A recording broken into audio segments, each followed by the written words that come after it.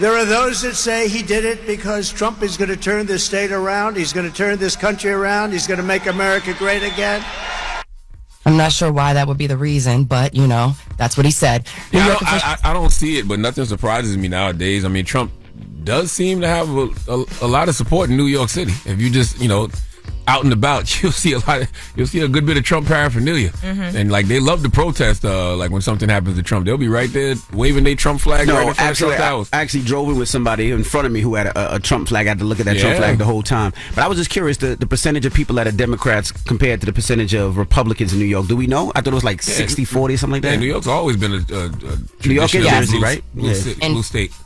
In fact, New York actually has voted Democratic in the last 9 elections. So Trump also said that during the rally, he felt like God saved his life so he can make America great again.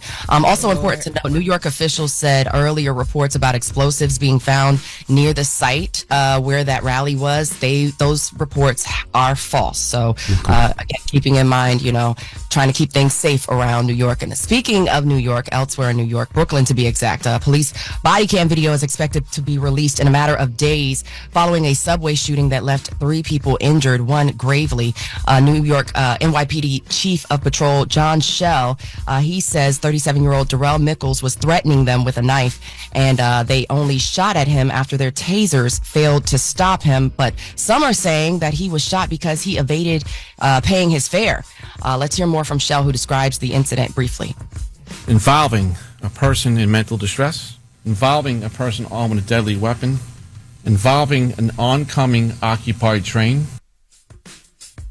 Yeah, so NYPD Chief of Patrol John Schell, he called it a fast-paced event that happened within 2 minutes and 26 seconds. Besides Mickles, 2 innocent bystanders were injured, again, one critically, and an NYPD officer was also shot. Meantime, Mickles has been charged with attempted assault, criminal possession of a weapon, and menacing. Is that the one who they said was evading the fare? Yeah, he evaded the fare, and then the police was following him and told him, you know, I guess they were trying to get his license or whatever it may be. And he pulled out a knife allegedly out of his pocket, and they tried to, you know, hit him with the taser. The taser didn't work, and then they fired a bunch of shots on the crowded train and hit a bystander. A couple bystanders. Yeah, I did hear that story. So that police body cam video should be released in a matter of days. Regarding that situation. And when it comes to our government, House Republicans have killed. Excuse me, let me rephrase that. House Republicans have killed Speaker Mike Johnson's spending bill. Johnson's, he's up, Morgan. Johnson's proposal would have extended funding at current spending levels for the next 6 months and avoided a government shutdown at the end of the month. However, the plan also tied in voter ID laws, which caused 14 GOP members to withdraw their support. If a stopgap funding plan is not passed, the government will shut down on October 1st. Yeah, so I'll keep you guys posted on that. And do we have time for one more? No. Why do we say like the government shuts down like once a year or threatens to shut down like once a year? Yeah. Well, in the next hour, we definitely will talk about how the Fed Reserve is going to cut rates. So, you know, with the bad comes the good. That's right. All right. Well, we'll talk about that next hour. Thank you, Morgan. Thank you. Everybody else, get it off your chest. 800-585-1051. If you need to vent, phone lines are wide open. Again, 800-585-1051. Call us up right now. It's The Breakfast Club. Good morning. The Breakfast Club. This is your time to get it off your chest, whether you're mad or blessed. I hate the way that you walk, the way that you talk. I hate the way that you dress. Everything with me is blessed. Call up now. 800-585-1051. Not just me. I'm with the culture feeling. Hello, who's this? Hey, it's D. D from the ATL. Hey, what's up, D? What's up, D from the ATL? Hey, man. What's going on, Charlamagne? Brooke Club. I just want to let y'all know about this Trump situation, man, on this Kamala and Trump. I think Kamala needs to be focusing more on the illegal immigrants because more the American people is killing these illegal immigrants here. So that's all I gotta say. Well, she is, and I think one thing that she keeps focusing on is the fact that there is a bipartisan bill that Republicans and Democrats both came up with, that would properly secure the border. But Donald Trump shot it down because he didn't want the Democrats to get credit for passing that because they're in the White House now. Hello, who's this? It's Temprano. Hey, what's up, brother? Get it off your chest. Yeah, listen, with everything that's going on, with P. Diddy right now, Biggie Smalls must be rolling in his grave. Okay.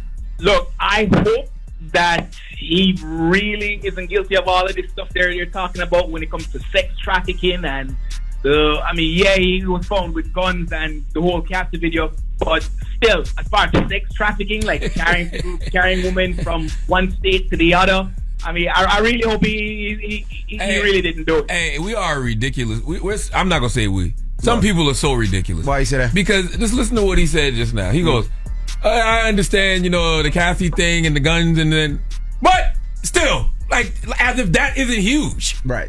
You know what I mean? As if we didn't just watch him beat the hell out of a girl and that he got illegal firearms, AK-47s with the serial number scratched off. AR-15. You know what I'm saying? AR-15s. Like, what are we talking about? I did that yesterday. Why do we just dismiss that? But the crazy thing is because he's not being charged with beating up Cassie. He's being charged with the sex trafficking and the guns. So, yes. But regardless, it's still assault horrible. The assault shows the assault. That's why he didn't get no bail yesterday. Because the assault shows that he's violent. He's violent and he might commit violence to potential witnesses. Correct. I was watching the news yesterday, man. He's really ridiculous. I did not know he was reaching out to all of those different people, trying to intimidate them. So this is what I'm trying to explain to people. Like, people keep saying they don't really have much on them. They don't got to put much out because a couple things that they mention are so major it works. The first time they mentioned it, they mentioned one person. They mentioned one person. Miss Harper from Dirty Money. Kalani. What's her name? I get her first name wrong. Yesterday they mentioned a few. Yesterday they mentioned a couple more. Bunch, yeah. So it's like, it's given they not throwing everything out there because they don't have to. That's The right. couple things they drop, it'd be enough to seal the deal. So that's right. I forgot who I saw talking. It was somebody on CNN, and they said they can't trust him or his impulses. No, correct. That's what they said. They said the reason the Cassie video shows he's violent, and they said the fact that he's called so many different people shows that he's really trying to intimidate these people, and they can't let him out. They said they can't trust him even if he's home with no cell phone and none of that. He can't be trusted. They said yesterday some of the people that they got him on record reaching out to, he ain't spoke to in years. And then once they got subpoenaed, he reached out. Come on, man. Yeah, he's ridiculous. He's ridiculous. I mean, it is what it is. Sean Combs. That was ridiculous. I will say, it's true. Watching some of these analysts, like these white analysts, get on these major cable networks and say "freak off," that I've been watching, that has been kind of crazy. That has been kind of crazy. I do like watching them though because they don't have no bias. No, they have no idea of nothing. All of it is just based off evidence that they got, the facts that they got, and legal analysis. That's it. Get it off your chest. 800-585-1051. If you need to vent, hit us up now. It's The Breakfast Club. Good morning. The Breakfast Club. Wake up, wake your ass. This is your time to get it off your chest. Whether you're mad or blessed, we want to hear from you on The Breakfast Club. Hello, who's this? Hi, this is Chris Murphy. Hey, Chris Murphy, what's up? Get it off your chest. Yes, I'm a farmer, and both sides of my family farm, and heck, we've been doing it all our life, basically. And, man, I just think that Trump, it would do a whole lot better for people that, feed America and feed other countries as well, as far as prices and everything. Okay. So you feel like Trump will look out for you better than Kamala Harris will? Well, I mean, I'm not saying she won't, but I'm just saying he's letting us know more about it. There's more behind the scenes that we don't know, but, price has been the same since 1970, just about. What do you grow on your farm? Corn, soybeans. The price of corn is the same as it was back in the 1970s, but, everything else is up. So it's just hard, man. Where'd you say you calling from? I live in Kentucky, Western Kentucky. Okay. All right. Well, thank you for calling and listening, Christian. All right. Thank you, man. Have a good Peace. Peace, Mike. Meek said he bought a farm yesterday. Yeah, I did see Meek said he bought a farm. Hello, who's this? Yeah, iPhone Sim was good. Envy was good. Charlamagne. iPhone Sim, where you been, brother? What up, brother? I got a daughter who in 9th grade now. I don't got time for it. You heard? All my energy going that way. You heard? I ain't mad at you. I be hearing y'all though. I ain't mad at you. What's up, though, brother? That's how you stay out of trouble, bro. You already know that. Yo, listen. What group of migrants are Trump talking about when he said that they're eating the dogs, eating the cats? Haitians. Haitians. Sock passe. All my Haitian math about there. Around my neighborhood is Nassau Coliseum. They had the rally yesterday. It was so many Haitians, right, going to get Trump. But then they had some other guys with the T-shirt saying, hide your cats, hide your dogs. Oh, my God. It was crazy there yesterday at the Coliseum. You live by where they had the rally yesterday, right? Yeah, down the block. Yeah, it was crazy yesterday. Hospital was crazy, Nassau Coliseum. Yeah, but I gotta get ready right now, bro. Go get my daughter. I love y'all. Keep hope alive. No Diddy. You know what, I was by you the other day, right? And I went to this restaurant called Salt. You know what Salt is? Nah. In Freeport. It was in Freeport. It was a little past you, but it was. I was out there. And, oh man, me and my wife had an amazing time out there. Yo, listen, Peep Game 2. Listen, since we talking about that, every time you have a little show, they be like, yo, I see your boy Envy here. I say, yo, go up to Envy, tell him our phone Sim sent you. They be like, nah, he ain't never back here. I be like, damn. Yo, bro, but that show was ill though too in Jersey. That's nice. Thank you, iPhone. All right, well, appreciate you, brother. Peace, y'all. All right, man. Get it off your chest. 800-585-1051. We got Jess With The Mess with Lauren LaRosa coming up. We do. Diddy denied bail again. Yeah. The saga continues. All right, we'll talk about that when we come back. It's The Breakfast Club. Good morning. The Breakfast Club. Morning, everybody. It's DJ Envy, Jess Hilarious, Charlamagne the Guy. We are The Breakfast Club. Let's get to Jess With The Mess with Lauren LaRosa. News is real, whether it's Jess Hilarious, Jessica Robin Moore, just don't do no lies, She don't spare nobody. Worldwide Jess, worldwide Mack. On The Breakfast Club. She's the coach of shit. With Lauren LaRosa. I'm back. And I got the mess. Talk to me. Alrighty, so Diddy yesterday was in court again for an appeal on his last arraignment when he did not receive bail. They appealed it to try and get him out of there, and a judge ruled yesterday very swiftly that Diddy should not come home. The judge yesterday, Judge Andrew Carter, said the government has proven the defendant is a danger. The bail package is insufficient even on risk of flight. So yesterday, Diddy's attorneys, Mark Agnifilio, and there was a second attorney there as well yesterday, argued that Diddy has done everything that he can do to surrender himself to the court.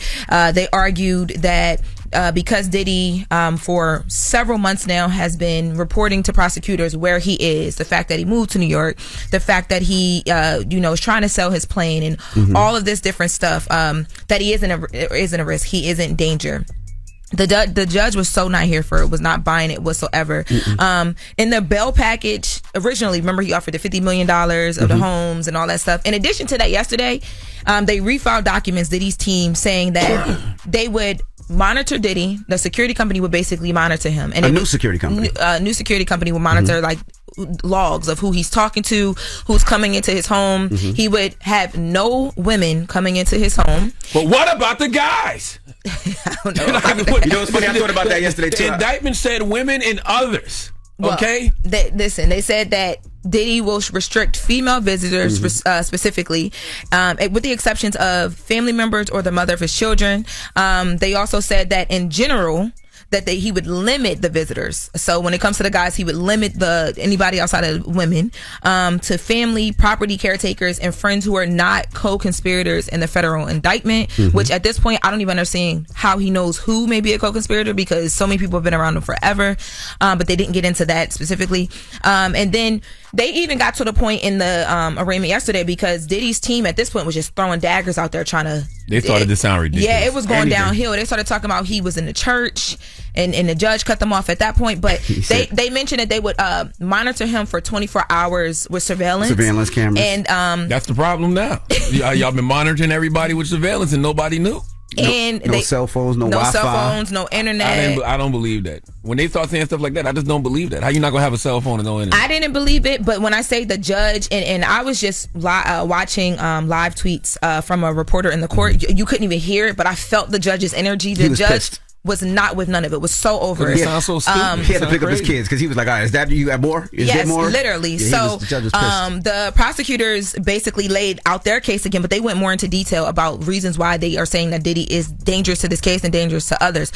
So they mentioned yesterday that Diddy had called one of the witnesses who'd been subpoenaed to try and convince this witness that everything was consensual. And this same witness, he's telling this person, they have this on record. Like they have different recordings, they have text messages. Diddy was talking to this woman allegedly and tells this woman, like, if you show support for me, you have nothing to worry about. They also brought up the Miss Kalina Harper again, and now they mentioned that it was 128 times that they had been communicating. Now they got more into detail with this because Diddy's attorneys came back and said, well, when it comes to Miss Kalina Harper, who was the most recent person we know of that he contacted, that was after September 10th, after Dawn Richard filed. Diddy's attorney said, well, we talked to her because her lawyers reached out and said they wanted to release a statement. We said, go ahead, do whatever you want to do. Like, no, basically, like, no pressure. Thanks for letting us know, though. And then they followed up and said, also, she was worried that she was being misrepresented in the media because of Dawn Richard's civil suit, which mentions Kalina Harper a lot. The judge responded back and said, well, if all of that is the case, why did Diddy feel like he needed to call her and talk to her as well? Right. And they really couldn't.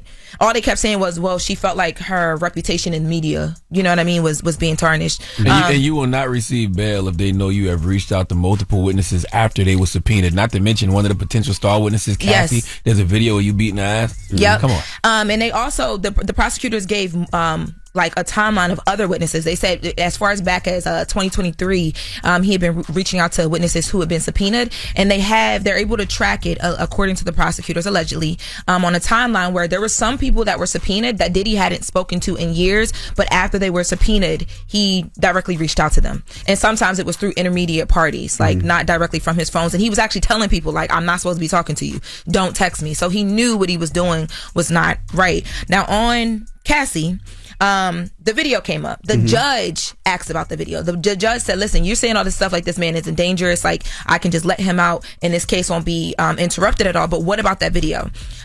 So the attorneys are then trying to explain that this was a lover's quarrel. Cassie was upset, according to Diddy's attorneys, because of something she found in his phone. They both were toxic to each other. They both went and received third-party help at that time. They were in love. The judge says, what does love have to do with it? And that's not me just paraphrasing or being funny. The judge literally said, what does love have to do with it? At that point, I was like, oh, Diddy going to jail. I couldn't believe the lawyer even tried to play that angle. Like, we didn't see the video. That was not a lover's quarrel. I said yesterday that was a woman getting beat. She was trying to run. She was trying to flee. Yeah, and then they again, have a conversation about what he's actually being charged for. The Diddy's attorney responds to the judge when the judge says, well, what does love have to do with it? And he tries to make it clear, well, we're here because he's being charged for sex trafficking. And the judge says, well, you mentioned that in their love, they bring third parties into their relationship, right? That third party is a sex worker. That sex worker is then being paid and traveled in for prostitution, basically. Isn't that sex trafficking? And Diddy's attorney responds and says, well, I spoke to the agency and they say that these workers don't have sex. They're not paid to have sex on their watch, like as a job. If they choose to do it outside of work, that's their own choice. But that's still illegal. Listen, what's going on here, lawyer? The judge said, all right, I hear you, but let's go back to the danger, because you're not even speaking to the fact that I'm saying that this man is dangerous. They really, I felt like Diddy's attorneys yesterday, they couldn't speak to the major things that the judge kept asking them to speak to. And it resulted in the judge saying, you know what, this man is dangerous. No, he needs to stay right where he's at. And that judge kept bringing up the Cassie video. Well, it's funny. I spoke to a couple of sources. I mean, this is New York. Spoke to a couple people, and they said the main reason was, one, that video. They said the video just showed him to be violent. It showed him to be the fact that he can break or crack at any moment. So that was one of the reasons. And they said the other reasons is they feel like if he sits for enough time, he'll be able to start opening up and talking about where these sex workers came from, who brought these sex workers in. They feel like he'll start telling once he sits there long enough, because he wants to get out. Man, look, I mean, his attorney is saying he's going to fight the good fight. We're not giving up, but I don't see this going well for Diddy whatsoever. Yeah, me neither. I just really can't wrap my mind around someone having so much to lose and moving the way he was moving. It just makes me think that man doesn't have not one single solitary friend around him, because if you worth $1 billion, you got kids, you got all these employees, all you need is one person that cares about you. All it takes is one person to say, hell no, get these guns away from him. No, you're not getting no prostitutes. You're getting a girlfriend. Actually, you need a wife. But somebody should have been there to tell Sean Combs to grow up, or maybe he didn't listen because he's too far gone off drugs, alcohol, and booty. Well, all types of booty. Too far gone, going to sit down now. Variety of booty, yeah. But women like booty, men booty. And it has nothing to do with other booty. In the indictment, it says women and others. 72 gender identities. Did he seem like he wanted to try every flavor? Oh my God. Jesus. Did that come from a source too? No, that was Oh, an you said they indictment. got it from the document. Look at you reading documents. Look at you with sources. I like the energy up here this morning. Yeah, but I would say this. It had nothing to do with the money. It's just, you just don't What have about a friend. the booty? Why are you stuck on his booty? Because this man seems like an addict, a sex addict, a drug addict, He a is. power It seems addict. like it, yes. And being in that cell is going to be the first time and probably forever that he's forced to sit still and get sober. And reality is going to hit him hard. Whatever he's been running from, he cannot run no more. Yeah, well, he gonna sit with it for sure, and we're gonna be we'll be following it. So we'll keep people updated. Envy with the sources. I like that for you. Envy ain't got no damn sources. Neither do I. I just be talking to myself. Oh, no. I ain't got no sources. I think you have sources. I ain't got no It's sources. okay. I believe in you. No, that's all right. I put you on some of my sources. What are you talking about? I said I believe in you. Envy, I relax. got no Envy can sources. get to the source of the booty. We wrapping up. We are not going there today. I bet that much. That is Jess with the Mess with Lauren LaRosa. What's up next, Envy? Come on. I'm trying to get you out of this. But you know what's kind of interesting? You wanna 72 go flavors back. of booty is You crazy. wanna back into the booty. 72 flavors. That's Baskin Robbins flavors. Baskin I want to put it on the court transcript that I tried to back Envy out of the booty, and he went back to the booty. You can't resist. It's 72 flavors. Oh, all right, gosh. when we come back, I'm sorry. When we got come front back, page. when you back. All right, we got front page news with Morgan. It's the Breakfast Club. Good morning. You're checking out the Breakfast Club. Morning, everybody. It's DJ Envy, Jess Hilarious, Charlamagne the Guy. We are the Breakfast Club. Lauren LaRosa filling in for Jess. And let's get in some front page news, some quick sports tonight. Football, Jets take on the Patriots at 8:15. All right? I feel like that's such a waste of time. What? But salute to all the Jets and Patriots fans. But, you know, whatever. Yeah. Your team got washed, but my team sucks. So I'm just your team shucks. Shut up. I am. His team what? Sucks. It shucks. shucks. They shuck too. You get so mad. Ain't a little job. Yeah, we a little trash. We're a little trash. But good morning, Morgan. Good morning. Okay, y'all. So the Fed Reserve is cutting interest rates for the first time in more than 4 years. Good news for us, right? Yay. Fed Chairman Jerome Powell said the economy is making strides and further detailed their decision. Let's hear more from Fed Chairman Jerome Powell. This decision reflects our growing confidence that with an appropriate recalibration of our policy stance, strength in the labor market can be maintained in a context of moderate growth and inflation moving sustainably down to 2%. Our economy is strong overall and has made significant progress toward our goals over the past 2 years. The labor market has cooled from its formerly overheated state. Inflation has eased substantially from a peak of 7% to an estimated 2.2%.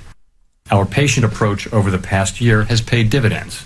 Inflation is now much closer to our objective, and we have gained greater confidence that inflation is moving sustainably toward 2%. Yeah, so the central bank cut rates by 0.5 point. The decision lowers the federal funds rate to a range between 4.75% to 5%. Interest rates had remained at their highest level in over 2 decades since July of last year. And the Fed had maintained a goal of lowering inflation to 2%. Again, as previously mentioned in the audio, it's at 2.2 or something like that, or near there.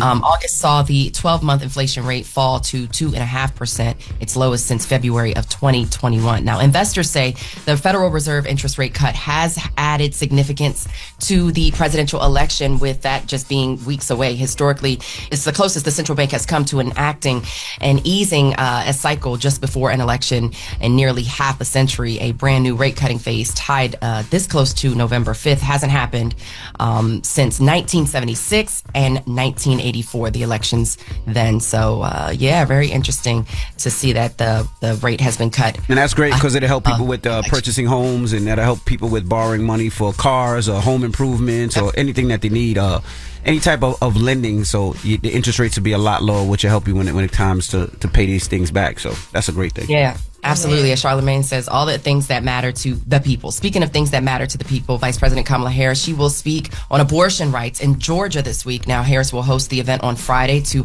highlight her support of reproductive rights, likely focusing on Amber Thurman and Candy Miller, 2 Georgia women whose deaths she blames on the state's abortion ban. Now, Harris's campaign says she will highlight the stark contrast between her commitment to fight for reproductive freedom and the devastating and deadly consequences of Trump's abortion bans. Georgia's bans abortions after fetal cardiac activity is detected, which is usually around 6 weeks. So if there's a heartbeat, an abortion cannot be carried out. Now, Thurman, she died after doctors made her wait 20 hours in an Atlanta hospital while she experienced complications from abortion medication.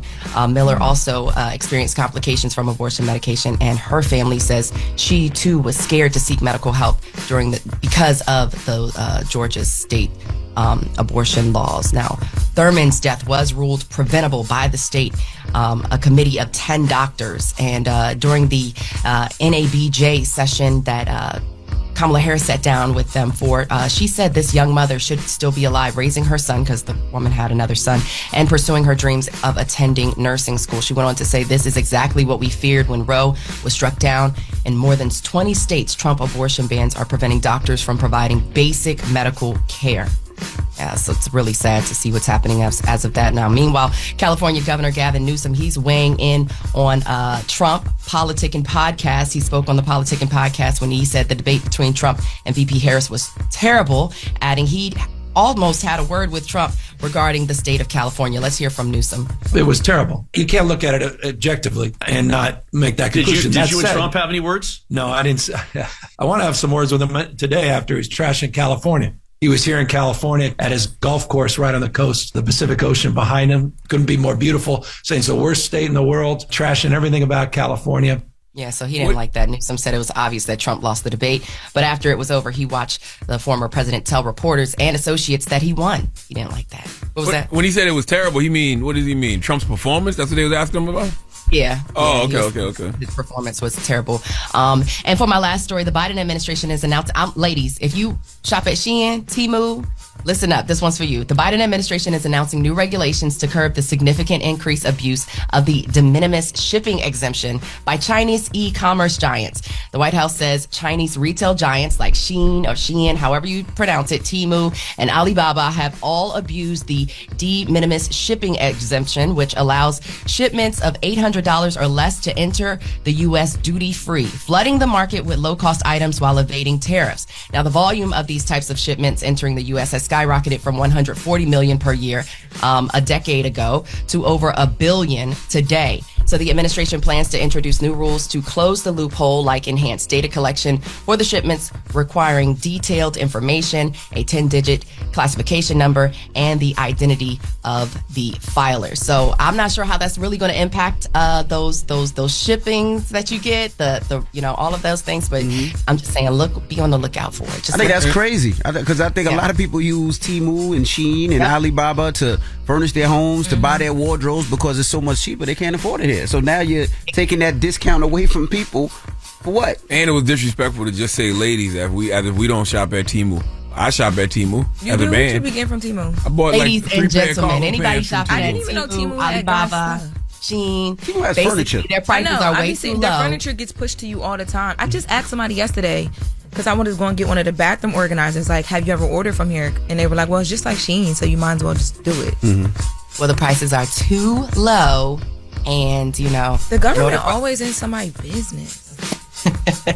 Well, that's your front page news. I'm Morgan Wood. Make sure you're following me on social at Morgan Media, and for more news coverage, be sure you're following the Black Information Network and BINnews.com. Thank y'all. How was your Temu short, Charlamagne? Is it like one leg longer than the other, or what they find? Was it like the go to the control? cargos were cool. I bought 3 pair of cargos. No problem. They wash pants well and all that? Temu. I mean, I didn't wash them. I only wore all of them once. I mean, it was only like $9. Have you ever ordered from Shein? I never ordered from Shein. I just want to see if the quality is different, or if it's the same thing. Because it gives us the same thing. You be ordering your hair from Shein, right? Don't play with me. Wow. Do not play with me. Wow. This is theory of strands. This is no. Trust me. This ain't those prices. This ain't that. Okay. Well, the government and Charlamagne always in somebody's business. Thank you, Morgan. Now, when we come back, Detroit's own Babyface Ray will be joining us. His album, The Kid That Did, is out right now. We'll talk to him next. It's The Breakfast Club. Good morning. The Breakfast Club. Morning, everybody. It's DJ Envy, Jess Hilarious, Charlamagne the Guy. We are The Breakfast Club. Lauren LaRosa is filling in for Jess. We got a special guest in the building. The Kid That Did. Babyface Ray. Yeah. What's up, brother? How you feeling? How you doing, my brother? Doing good. You doing all right? Yeah, I'm chilling. I love the title of that new album, man. What does that title mean? The Kid That Did. Kid That Did, man. Originally, I got it from Sauce Walker. It was a quote he was saying. You know what I'm saying? But I felt like it applied to what I had going on and everything that I did so far in my career. So it originally started out as a mixtape idea where I wanted to put all the group artists that I was dealing with on it, but it ain't work out like that, and then it turned into an album. Dope. We've been talking about how much Detroit has influence on the game right now. Speak about that for a little bit, because for a while it was difficult to get out being a Detroit artist. Yeah, it was tough for us at first, but now, like, everywhere you go, they love us. You know what I'm saying? It feel good right now, you know? But at first, it was rough. Hey, they ain't even want to hear it. What was the switch? What was the change? I always say this. I think when T came out with the first day out, it kind of like opened, it kind of shined light on Detroit for that type of sound. You know what I'm saying? And then everything after that, Sada, Doug, it was cool. You know, it's interesting. I saw somebody sent me a tweet where they said Babyface Ray's music is all about getting money and hustling. Even if you're broke, his music will motivate you to go get a bag. How does it feel to hear people say things like that about you? Because, you know, for me growing up, that's what Jeezy felt like. You know what I'm saying? That's a cool title to put on me. I'm glad they're putting that on me than anything else. You know what I'm saying? I'm glad I can motivate them to do that. You know what I'm saying? I don't hate when they say it and they try to put it like that, like I'm just down talking to everybody that was broke, because I used to be broke before. I remember I used to be. So. But it's cool. I ain't tripping. At this point, do you feel like you're getting like your flowers or like your just due 10 years in? Definitely. How they received my last album definitely motivated me and made me feel loved and supported still. What motivated you to get a bag? When you hear people say, you know, damn, Babyface Ray music motivates me to go get some money. What motivated you? Being in a mix. Like, when I was young, I was in a mix. You know what I'm saying? I probably was in a mix with the wrong crowd, but just seeing what they did, and that motivated me to get a bag. It wasn't even about rap. It was just what the things they did and how they carried themselves and stuff. So now you're not in the mix. What motivates you today? Today? Yeah. My kids, you know what I'm saying? My family, my fans and stuff like that. That's what keep me going for real. I would look at your kids and be like, I don't really have a baby face, because this is what a real baby face looks like. No, for real. I be looking at them like, this crazy. This how I used to look when I was little. Like, it's crazy. Word.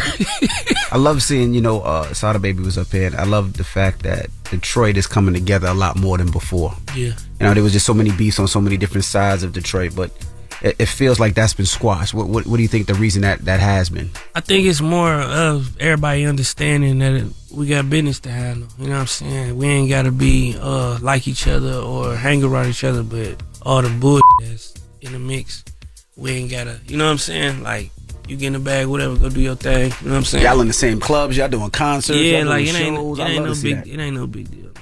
I saw you got a few lyrics, man, that make me just wonder, like, why does it feel like you'd be so disgusted to hear that a woman would even with a lame ass?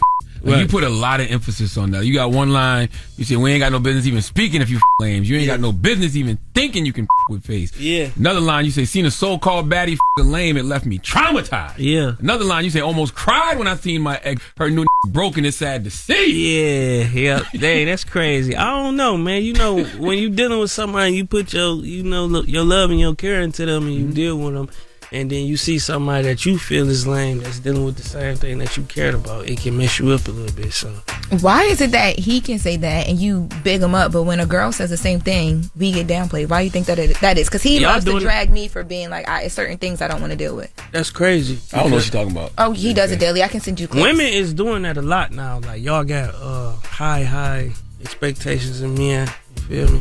I'm saying it just... You think not dealing with a lame is high, or is that like just regular? Depends on what you consider a lame too, though. You gotta excuse me, because what I think is a lame, y'all people might not think it's. What do you think is lame? I don't know. You could just. I can't really pinpoint it. You just know when you see it. Yeah, like, bro, ain't it. Maybe that girl was always lame. Maybe. And that's why you and her didn't match. Maybe I'm lame to somebody too. So I don't know. Do you have an ex in particular when you be writing these raps? Do you have? No. We ain't turning nobody up. We ain't doing that. So in delusional, you're not talking about nobody specific, because it was given finding love, currently in love. No. Everybody kept saying delusional. You know what I'm saying? I think B even had said it to me, delusional, and I was in the studio.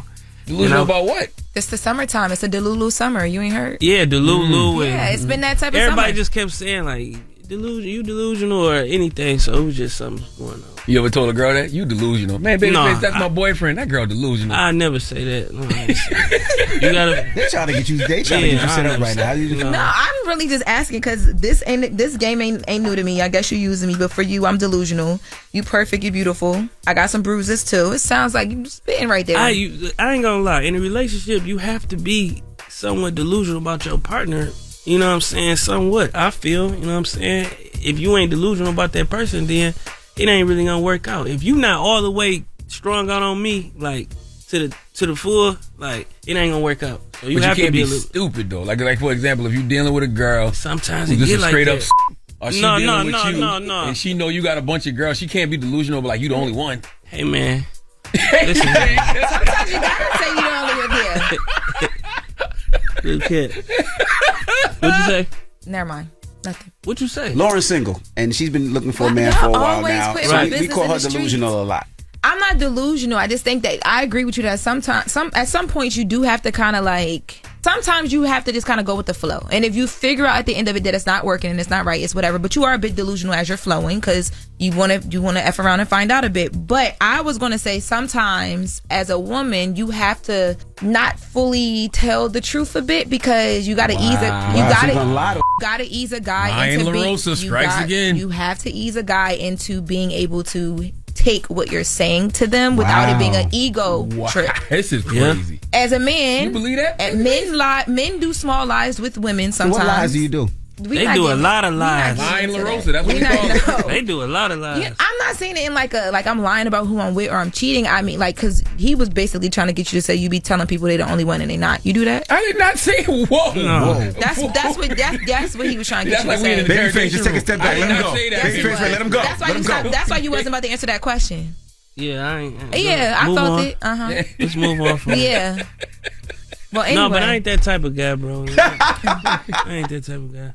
I ain't gonna flat out just blankly be like, you're the only one. Like, I'm gonna treat you as such. Like, I'm gonna let my actions show. You know what I'm saying? And she delusionally feels that and goes with it, even if she might not think different. I mean, as in a relationship, people go through stuff. Yeah. You've been through stuff before. I'm sure you've been through stuff before. Like, people go through stuff. Why you ain't say I've been through stuff? You single. You Everybody knows you. I'm not saying that. That's why.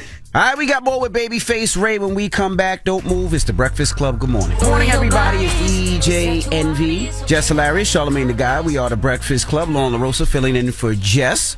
Now we're still kicking it with Detroit's own Babyface Ray. Charlamagne. Now I read that you just bought your mama a house, man. Congrats. Yeah, thank you. Congrats. How you know that? You listen to Sway? I think I was on Sway. Yeah. Sway. Yeah, I did. How'd that feel? Feel good. Feel damn good. I ain't gonna lie. I used to have this saying, like, once I buy my mama house, I'm cool.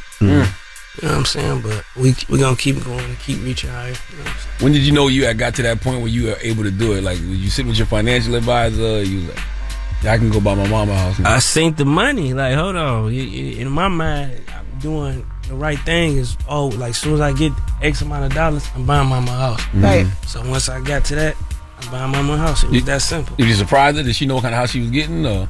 I called my dad. Like, Okay. I ain't tell her. I called my dad. Like, yeah, we're gonna find a house. And he like, what's the budget? What was? And I told him. He like, you sure? I'm like, yeah. So What was the budget? it was a nice amount. He said, you sure? And he playing you like you broke, bro. Yeah, because they don't be knowing sometimes. Was she crying? What was her? She cried. She might cry Today? She cry all the time. You know what I'm saying? Yeah. My mama crazy. But that's because she's seeing all of the success and things happen that you said that, like, you know, she's not used to seeing. I'm the baby boy too. Oh, Wow. So everything that I do, she be looking at me like, this is crazy. She gonna watch this and be like, you said mama. Like, that's crazy. So Yeah. So you got to support the whole fam. The whole family look at you because you baby boy. You the artist. You making it. So 100%. how was that stress on you? Sometimes it get stressful because they get a little crazy. Like when it's all coming to you at once. Christmas time, Thanksgiving, everybody coming at the same time. I ain't tripping about Christmas time because it's time to give. You know what I'm saying?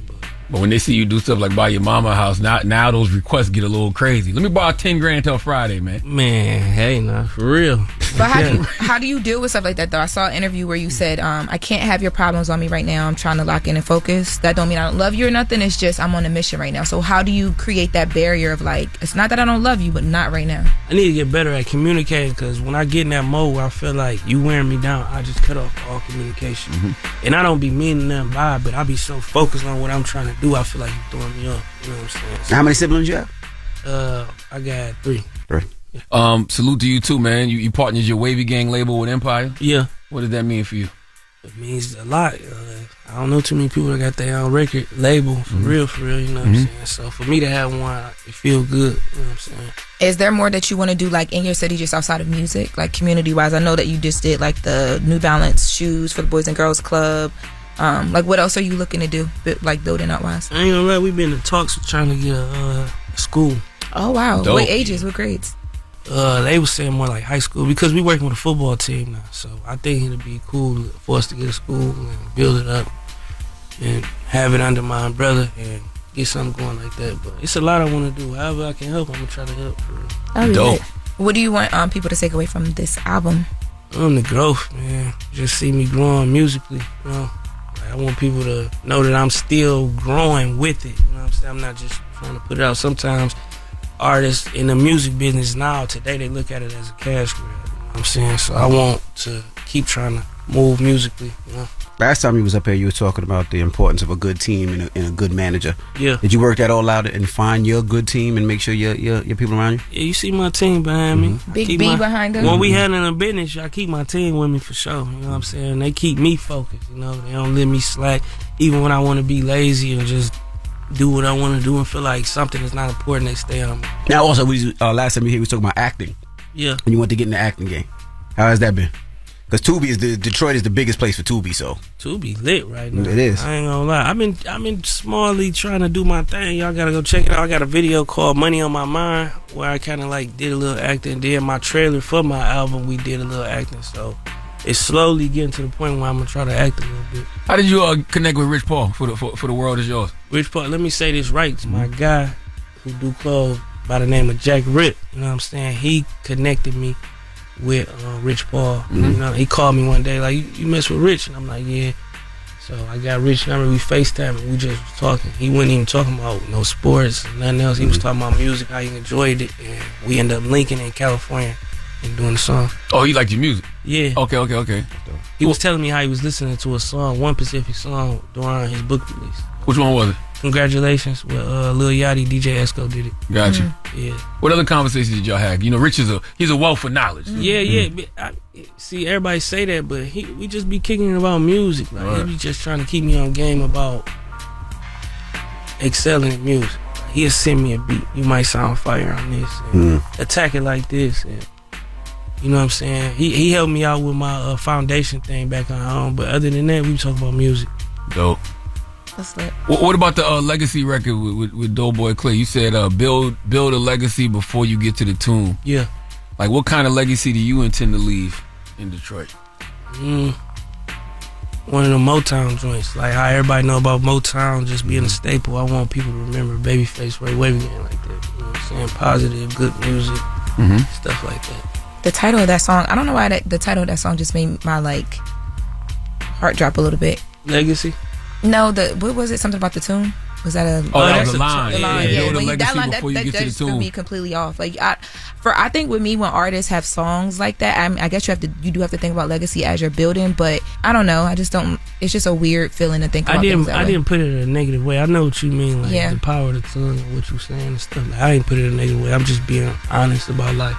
The reality is we all gonna go. Yeah, for sure. Yeah. Like I saw DC Young Fly say that yesterday, and it's true. Like, we all on borrowed time. For sure. He was at Rich Homie Quan funeral. He was like, at some point we all gonna end up in that place. We just don't know when. So for sure, you know, it's not like you saying I want to go to the womb tomorrow. Yeah. Just make it count while you're here. That's right. Don't be wasting no time. I procrastinated a lot in my younger life, so I'm trying to make it count right now. Yeah, on I Need Some Motivation, you started with a devotional, which you said, God, you never promised me days without pain, but you did promise me the strength for those days. Was there a situation that happened, or do you remember, you know, when your faith became so strong? Yeah, I mean, we all got low points. Feel me? So that prayer was like, when people play that song, I want you to hear that prayer and understand like you ain't alone, because I know people be going through stuff. I done been through low points. I'm sure you've been through low points where you had to, you know what I'm saying? So it ain't. I can't name a specific time when it happened, but you know that was just for the fans to know, like, you're going through something, you can get through it. Let's get into a joint off the album. What you want to hear? Wavy Navy University. Okay, all right. With V's. Yeah. All right. Let's get into that now. It's the Breakfast Club. Good morning. We're still kicking it with Detroit's own Babyface Ray. His album, The Kid That Did, is out right now. Lauren. Do you have a song on the project that like you're that's kind of like your favorite out of the 20? I ain't gonna lie, I've been feeling Legacy. Like before the album came out, I was playing that. I wanted to ask one more question because I know you do so much for Detroit, and I know a lot of times people don't necessarily see all the stuff that you do for the kids in Detroit. Yeah. When did that come about? When did you change and say these kids need to see a difference? Because every time I'm in Detroit, and I'm in Detroit a lot, I see you out and about, but not only in the clubs, I see you doing for the youth, right? I see you giving back, whether it was the sneaker thing that she said or the backpacks or the football teams or whatever it may be. When did you feel like that was what I need to do? Because you do it so much, and a lot of times people don't necessarily talk about it. Because I was actually looking for an article where they talk about it. I see it, but I didn't see any articles of talking about the things that you do. Once we built our foundation, you know what I'm saying? Once we built it, we already knew like what we wanted to do. So we started doing like workshops for all the kids, and I got kids, my brothers got kids, so we already dealing with our kids. So it was important to like start helping the kids around. Like you say, when you come in the city, you're gonna see me out. So it ain't make no sense for me to be bouncing through there in luxury cars and not giving back. You know what I'm saying? So I wanted to help and reach out and touch the kids in a way where they remember that someone like me helped. You know what I'm saying? So. Why is it so important for especially Detroit artists? I see this a lot in Detroit, where Detroit artists stay in Detroit. Like a lot of times you see people from other markets and they go to another city, another state, like they move away. But, you know, I done been and seen you in your hood. I done pulled up on you. So why is that so important to you? It's rough, real, like, because even my people, like, they still want me to get away. You know what I'm saying? But it be hard because of my family and what I got going on. But I did have a theory in my mind that I wanted to stay in Detroit and, like, get it going to where how Atlanta is and how California is. You know what I'm saying? And how they strong and they got what they got going on. But it get rough out here, you know what I'm saying? And the love that you think you may got, it might not be like that for real. So I'm still kind of 50-50 on how I want to play, if I still want to be there. If I still, you know what I'm saying? Speaking of Kendrick, he dropped a song where he's talking about like we need more substance in media and music, all of that stuff. And I know you talked earlier about T Grizzly, and one of the things I like about Detroit artists is the way that you guys storytell on music. Yeah. Do you feel like right now that we were having this conversation the other day that things are shifting more toward that, and that's why people are receiving you so well? Or do you think that music is at a place where you pick and choose what you want to hear? It depends on the artist. Like I think Kendrick can do with that because that's what type of artist he is. Now, if you're not an artist known for doing that, that might not work for you. You know what I'm saying? Like even if you try to switch over to it, it might not work. You know, so I don't think we switching towards that. I think people know what's right and what's wrong and what they want to hear. Somebody told me the other day that our audience is not maturing as much as the artists may be. You know what I'm saying? So that's crazy. Young Miami was told that too. Yeah, so even when we might figure out the information and try to kick it back in the music, they might be like, what you want? Like, you know, they don't really know for real. So I think it's shifting, but it might be take a little time a little bit. But but I think it's the way you do it too, right? Like when you on I Need a Motivation and you rapping, I Need Some Motivation, you rapping about God. Yeah. That's your way of doing it. Yeah. You know? So it's just, I just think it's just all about how you do it. Yeah, how you present it. But does it make it hard for you when you do stuff like that, but then you're told your audience isn't maturing with you? Like, how do you figure out who are you talking to now? And who told you that? The label? Man, my partner told me that. We was sitting in the car kicking it. He told me that. Oh, okay. So it wasn't like a statistic? No, it wasn't no statistic. Just like the homie? Okay. We were just talking about growing and the things we know now versus what we, you know what I'm saying, and music and stuff like that. He was just saying like the audience might not be maturing how we maturing, so you gotta sometimes just, you know. So when you see Hov put you on the playlist, is it surprising to you or?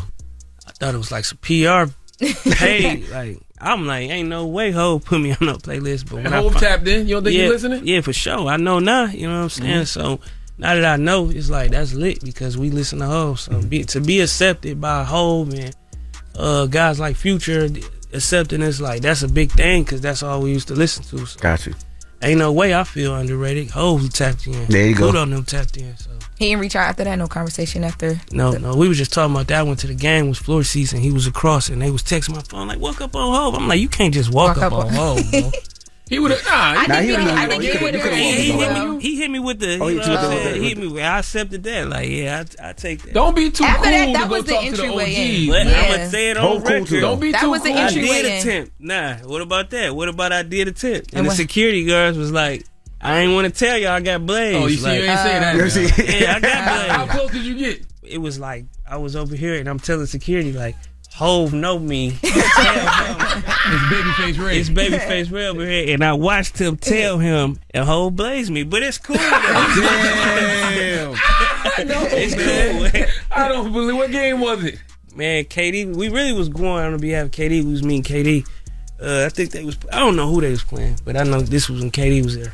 I'm sure y'all will do that again. Because Rick Paul and Hove got a connection. A lot of people don't even have a Jay-Z story, so at least you got one. Yeah. You know what I mean? It just... I didn't even want to say that. It's a Jay-Z story. So you'll never try it again if you see him somewhere? It got to be different circumstances. Okay, y'all just walking by each other in the hall. Stopping him. Even if it's the same security guard. If you see the guard. Stopping him. List out. Like, remember this list? It's me. Yeah, I'm outside your mom's house. Why you being weird to me? For real. Are labels still important?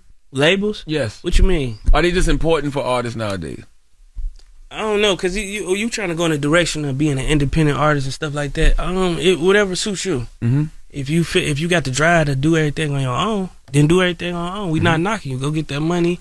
Do everything you need to do. But some people need to be told what to do. Mm-hmm. You know what I'm saying? Some people need direction. Some people need a team, different ideas. They not as creative as, you know what I'm saying, a Ye, or you know what I'm saying. So whatever works for you. I see people talk about being an independent artist, but they not telling you it's a lot of work that come behind that. You know, so if you don't have the work ethic to do everything on your own, don't even try it, because you're just gonna be sitting in a room looking stupid talking about you're an independent artist. It ain't gonna work for you. So whatever works for you. Ladies and gentlemen, it's the Breakfast Club. It's Babyface Ray. All right.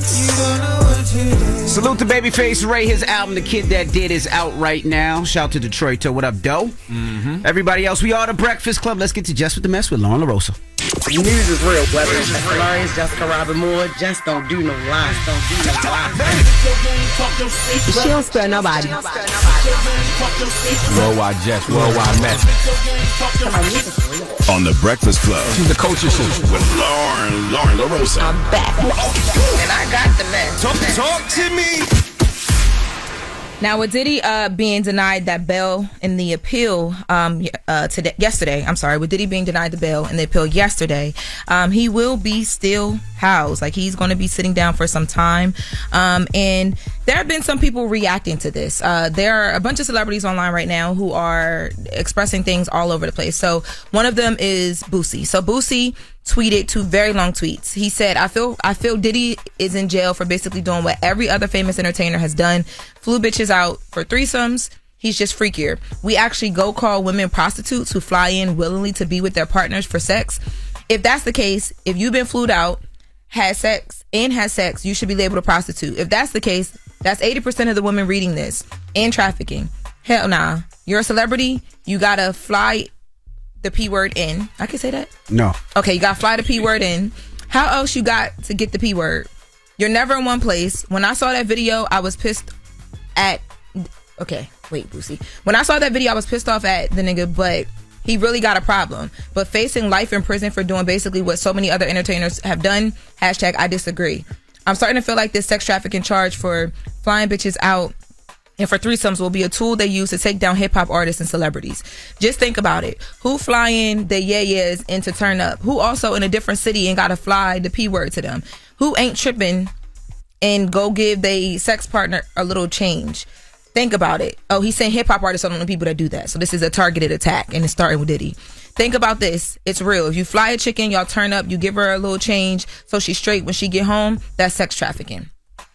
I have no idea what Boosie is talking about, and I don't think Boosie knows what he's talking about, because Boosie or none of these brothers clearly know the law.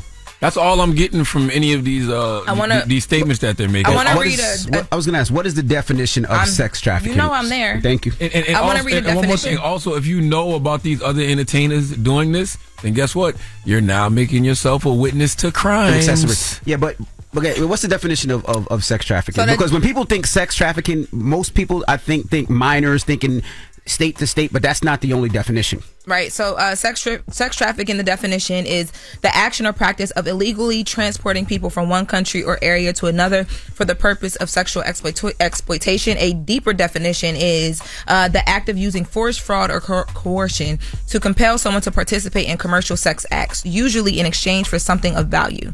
So there is the difference is if your girlfriend or your little boo or your little yeah want to fly out, and she's willingly flying out, she's willingly consenting to having sex, she doesn't feel like she's being, compelled to do something, coerced, she's not afraid for her life, you're not forcing her to do anything, it's not commercial, like she's not an actual like sex worker. Even with sex workers, they have to choose to want to do this on their own time. But no, Lauren, that's not true, and I'm gonna tell you why. Because if you're flying in these sex workers, how do we know these sex workers aren't being trafficked?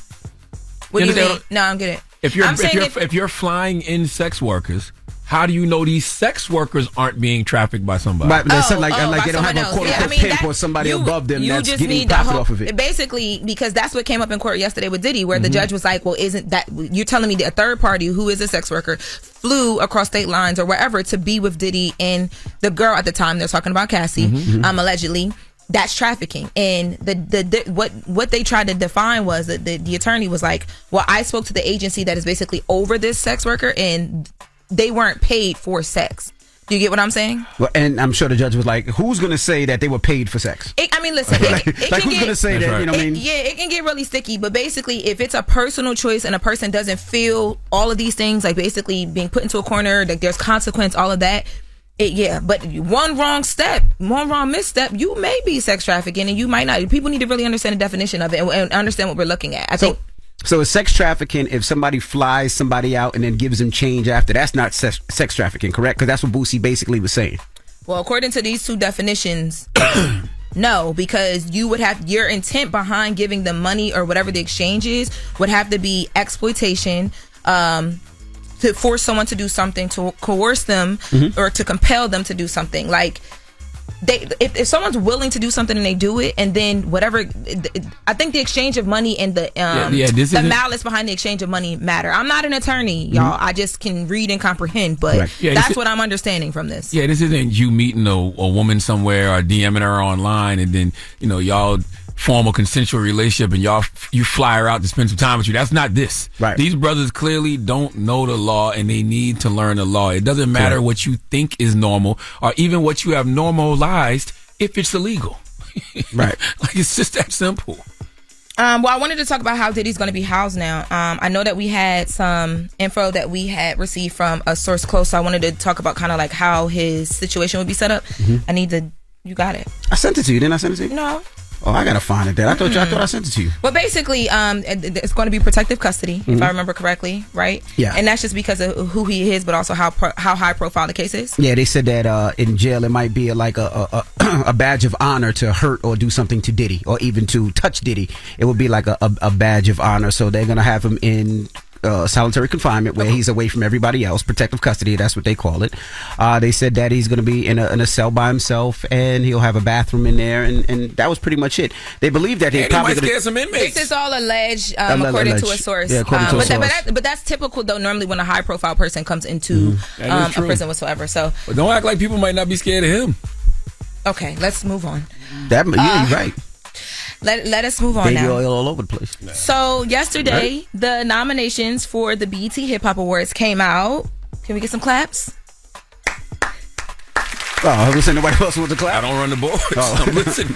So, nominated for Best Hip Hop Platform. Can you guys guess who's in this list? We're listening. The Breakfast Club. Hey, drop a bomb for us. Yes, so the Breakfast Club is amongst many others. $1 Million Worth of Game, On the Radar, Drink Champs, Club Shay Shay, Bootleg Kev, Complex, The Shade Room, Double XL. There's some great names on that list. I want to drop on the clues bombs for my man Gabe, On the Radar. Watch that from the ground up. Drop on the clues bombs for my man Bootleg Kev. Drop on the clues bombs for $1 Million Worth of Game. Salute to Wallow. Wallow just made the New York Times bestsellers list with his book, Arm of Good Intentions. Drop on the clues bombs for Drink Champs. My guys, Nori, what up? Club Station had an amazing on the Black Effect iHeartRadio Podcast Network. The Joe Budden Podcast is on here too. Salute to Joe. Drop on the clues bombs for Joe Budden Podcast. Let me tell you something about Club Shay Shay too. Is Shay Shay a hip hop platform now? That's what they giving them. They do enough hip hop. Well, I was about to say that's what they giving the girls. I don't want to do like that. My bad, but that's what they giving them. He's had hip hop acts on there. Absolutely. Yeah. He's had that. Yep. I look at that as more of a pop culture platform. And he's had a phenomenal year. He stretches across things, but I think because a lot of artists are seeding there, in general, they want to give that to him. But how many hip hop artists have been on it? I'm just thinking this Baby, year. I've seen the Baby Offset, one before. I've seen Offset. Seen 21. 21 Savage, yeah.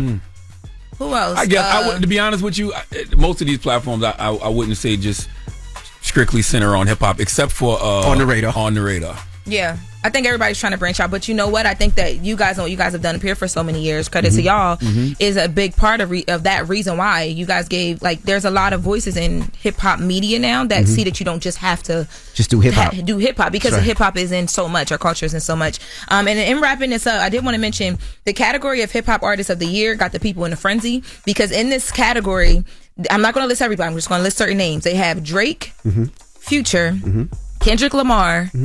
And Nicki Minaj.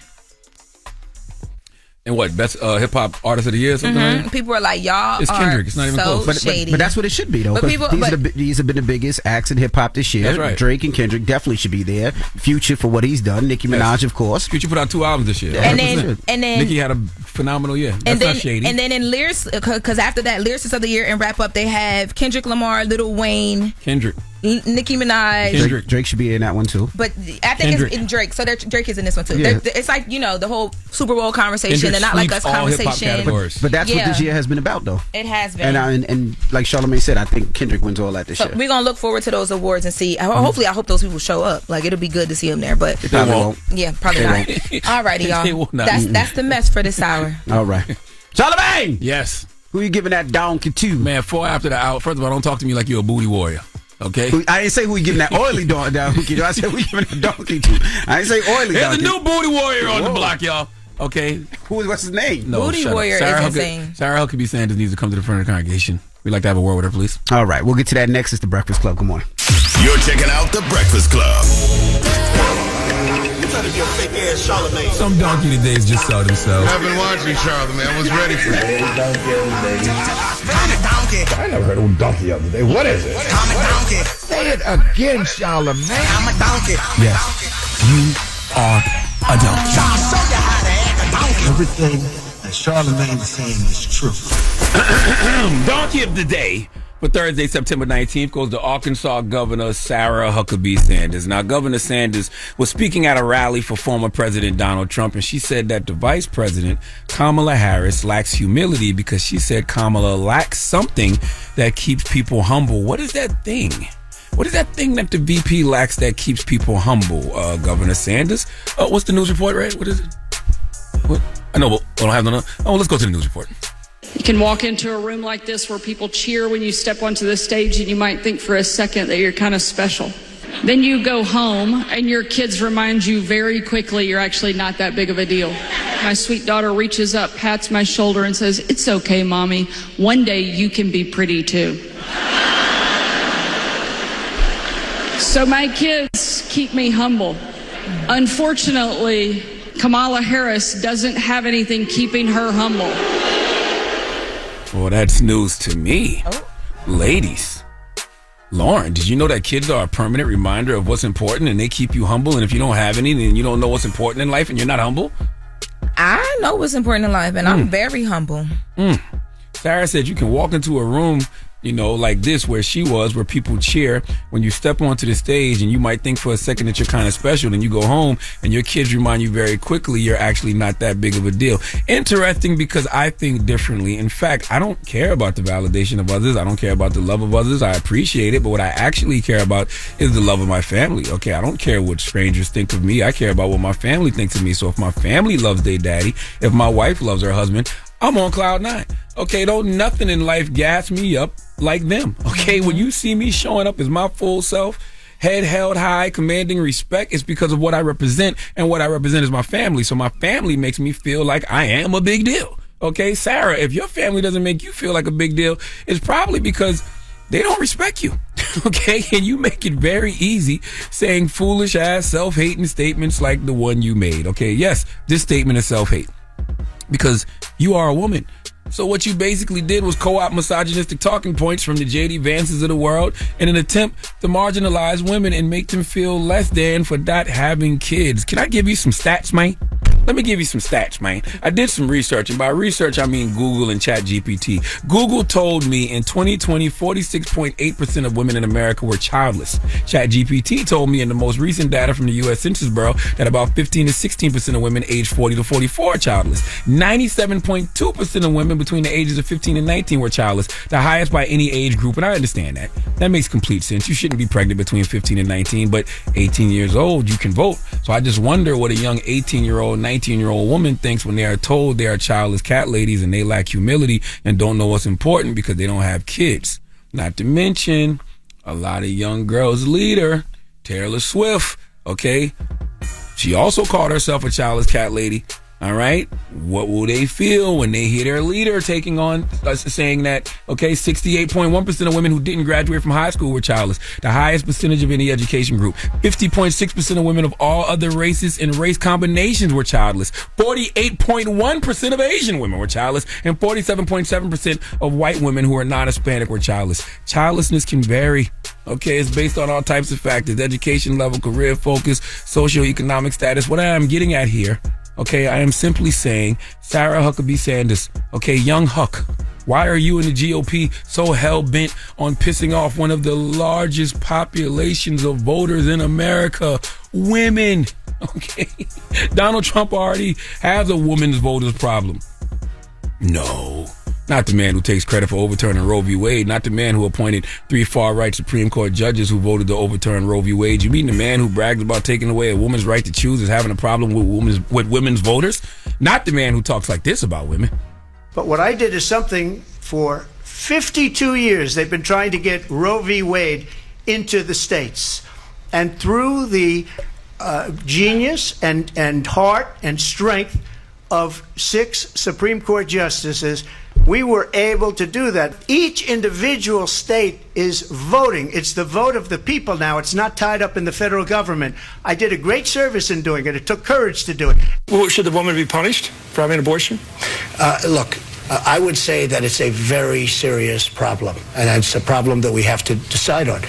It's very hard. But you're are you forbidding going to it. say, well, wait, are you going to say put them in jail? Is that Well, the no, what I'm punishment that asking you're you, talking about? because you say you want to ban it. What's that mean? I am pro-life. Do you believe do you believe in punishment for abortion? Yes or no, as a principle? The answer is that there has to be some form of punishment. For the woman? Yeah, there has to be some form.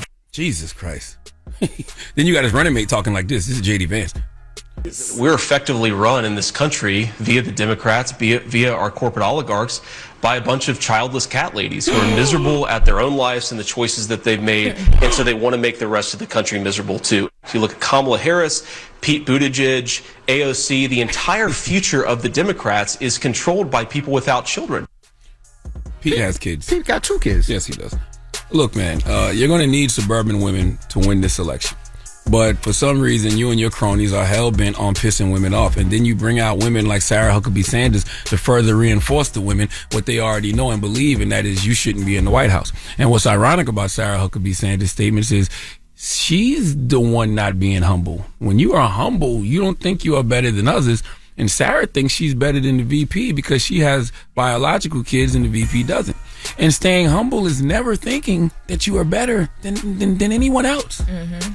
Furthermore, Sarah Huckabee Sanders looks very easy to draw. Even if you don't have any artistic abilities, all you have to do is pick up a pencil and you could draw Sarah Huckabee Sanders' face. It's just a round face, dark eyes, strong jawline. Okay, she looks on a lot of levels like the orange angry emoji, and I can't quite put my fingers on it, but I feel like she could identify as a sandwich. What?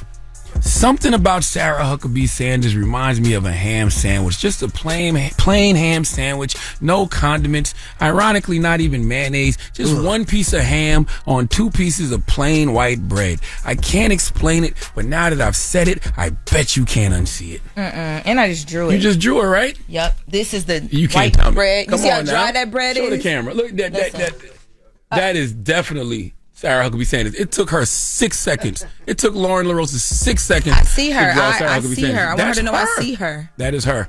Please You see the hand? Yes. Okay. Please let Kathy Griffin give Sarah Huckabee Sanders the biggest hee-haw. Please give this giant jar of mayo the biggest hee-haw.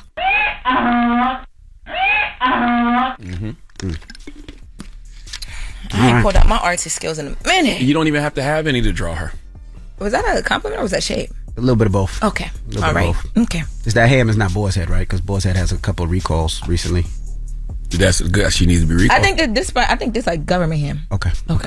All right. Well, thank you for that donkey today. Yes, ma'am. Up next, sir. Don't misgender me. 72 flavors of that bootylicious bubble gum. Hey. Asking Robin. Okay. Y'all are. You ain't see that in the Diddy indictment. It said women and others. Others. I missed the others. Others? But I mean, God, I'm relying on my yeah, got you. Your bros? Yeah. All right. Well, up next, Ask C&E. 800-585-1051. If you need relationship advice or any type of advice, you can call us up right now. Well, that's why we don't include Lauren, because of the relationship advice part.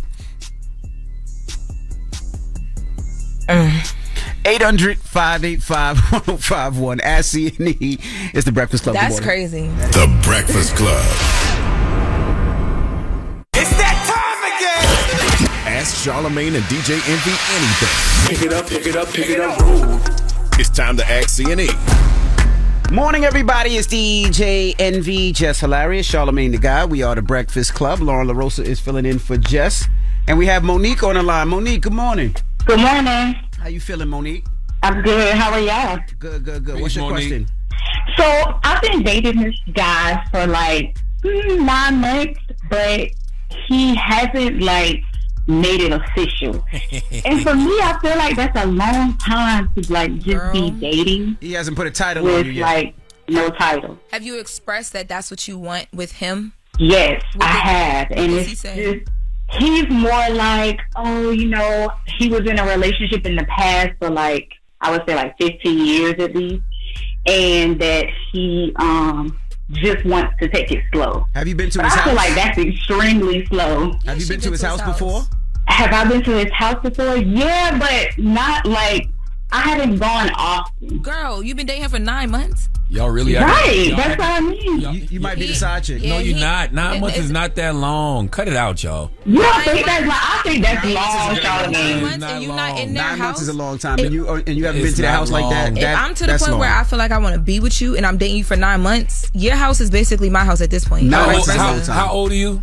He's 35, 40. I'm 38. I don't have time for like, you know, to be playing these games. And how old is he? Same. He's the same age. 9 months is not long at all. Y'all tripping. You know what I'm saying? It is a long I time. give. No, this woman might be crazy. He might be To crazy. not even say like, y'all still getting to know oh, each you other. my girlfriend. Yeah, there's a reason why he doesn't want to put a title on it. He might be seeing other people to see what he likes better. You know, he said he was in a relationship for 15 years. Yeah. so he This might is be crazy. dibbling and dabbling. Ma'am, don't listen to them. Okay, they are putting so much pessimism in your brain. So- It ain't even that deep. Y'all only known each other for 9 months. Give it a little bit more time. 9 months is a long time, and the fact It's that you're really 38 not. years 9 old- months is a long It's a long time. After time. 9 months, but he can at least be moving in a way that she feels like, okay, this is going somewhere. She ain't even really been in his crib. That's why you single, Lauren. Okay. And that's why this Exactly. woman, No, don't say that. Don't say Exactly. exactly. don't say exactly, Mama. No, not her being single, but I'm agreeing with her. I'm agreeing with her. Because Monique, I'm like, girl, we 9 supposed to be months, team. Babe, I not- love you. You my everything. No, we get each other. I get exactly what you said. It's a long time to like. Yes. Men know what not they're doing have- when they want to do it and how they want to We do been How it. often together do y'all 9 see each months. other? Now you already talking about marriage and all Wait, kind no, of she crazy didn't stuff. say marriage. She just said she wants to know that this is This actually girl want to going get married. somewhere. How This woman often- want to get married. At 40 something, don't you all want to She's get married? 38. How often do you 38 is see 40, each other, round Monique? up. How often do you see each other? We see each other weekly, often, but he does work a lot, so we could see each other more. But you know, I get it. You have to work, so I'm trying to like. What does he do? understanding of that. What does he do, Mama? He does what do you call it? Like shift work. So you really don't know what he does. So I hope this man yeah, runs for his shift life. work. It's a plant. Like you work at a plant. You know they do Okay, a shifts. shift They plant. do like 12-hour shifts. Oh, he a longshoreman. Yeah. He a longshoreman? That type of thing. He not longshoreman, but it's that type of thing. Yeah. I hope this man runs for his life, and I'm gonna tell you why. If you already acting like this, at 9 months, how you gonna be acting at 12? How you gonna be acting at 15, 18? That ain't God, off me, man. I disagree with you, man. You are 38 years old. You know what you want, and you know what you want your life to be. And if he's not moving into that direction, then it's time to ask him why we're not moving in that direction, or it's time to find somebody else. Thank you. And it can be subtle. It can be subtle. He don't got to be like, be my girlfriend, but it can be like, okay. Put a title on it, word. No, she didn't say put a ring on it. Just right, exactly. Just a title, right. Title is a little. That's it. That's right, Envy. That's it. I don't feel like that's not a lot. She's barely even seeing him and being in his home. What title you want? What title you think you eligible for? What title you think you eligible for after 9 months? They go together. Like he said, like we go together, we boyfriend and girlfriend. Okay, sure, we go together. Everything. All right, we'll go together. If that's what you want. Where are we going? Bad. My daddy used to say that when I was young. Where are y'all going? You ain't going no goddamn where. Okay, we go together. Hey, whoever you are out there, man, just tell them y'all go together. Shut up, we man. go together. This one last question, Monique. Does he have a key to your house? Girl. Oh my God. No, he does not have a key to my house. I'm just asking. After 9 months, you giving up? No, now he's been to my house, but he does not have a key. I've been married for a long time. 9 months, you giving up keys? After 9 months, don't look at me. Thank you. At 9 months, I still have other things happening, and you don't need to walk in nowhere for nothing. Exactly. I don't care if you're paying rent. Yeah, no. Playing the game. She don't want to play. She ready to get married. And that's the problem. It's been 9 months. If you apply that energy at that point, then maybe you got to convince me that I need to sit down. Like, convince me. Make it make sense. People carry babies for 9 months and then still give them up for adoption. What? I'm serious. Monique, good luck. Get there. It's the truth, and you should tell All them. right, thank y'all. Have a good day, Monique. You should tell them that you've been going together. All right, love y'all. Have a good day. But don't sound crazy. I'm not though, telling sis. you I Don't love you scare because your him man away. not. Have a great day. Your man not. Have a great day. Yo, you are nasty, man. This guy's diabolical over there. That was a good one, though. Get it? You know what? Ask C&E. 800-585-1051. Call us up right now if you got your questions. It's the Breakfast Club. Good morning. It's that time again. Ask Charlamagne and DJ Envy anything. Pick it up. It's time to ask C&E. Morning, everybody. It's DJ Envy, Jess Hilarious, Charlamagne the Guy. We are the Breakfast Club. Lauren LaRosa is filling in for Jess. And we have Didi on the line. Didi, good morning. Hey, good morning. Now, what's your question for C&E and Lauren LaRosa? Okay, so I'm currently dating 2 men, right? So, one of the guys, he's local. He's a police officer. He, has his career going for him. A good hand in his shoulders. He got 2 kids. Mm-hmm. The other guy, he's a firefighter. He works overseas, and he's, out of the state. So it'll be a long distance relationship. I'm just trying to figure out which one to pick. Legend. As far as you a legend. Well, you got 2 great.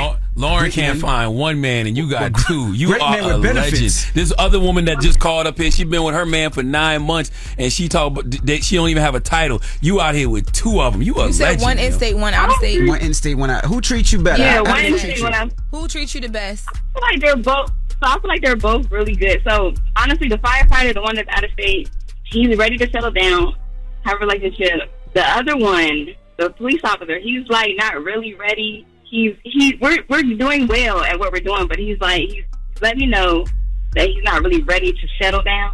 But we're just making it work. What we're doing. Who's better in the bedroom, ma'am? I was just about to ask that. The one that don't treat her well. No, the one that wants a relationship. I feel like he's better. Oh, well then So the firefighter lays the hose better.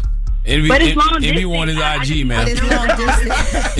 Envy clearly wants his Instagram, No, ma'am. Is he willing? Is your long distance babe willing to relocate, or would you be willing to relocate to him? Lauren, you ain't got no relationship to offer this woman. Okay, this woman got 2 men. I was in a long distance relationship for Didi, that's a great question. 6 years. Answer: is he willing to relocate, or are you willing to relocate at all?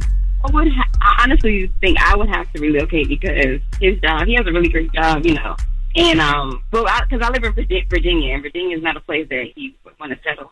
And where's he live? He's Georgia.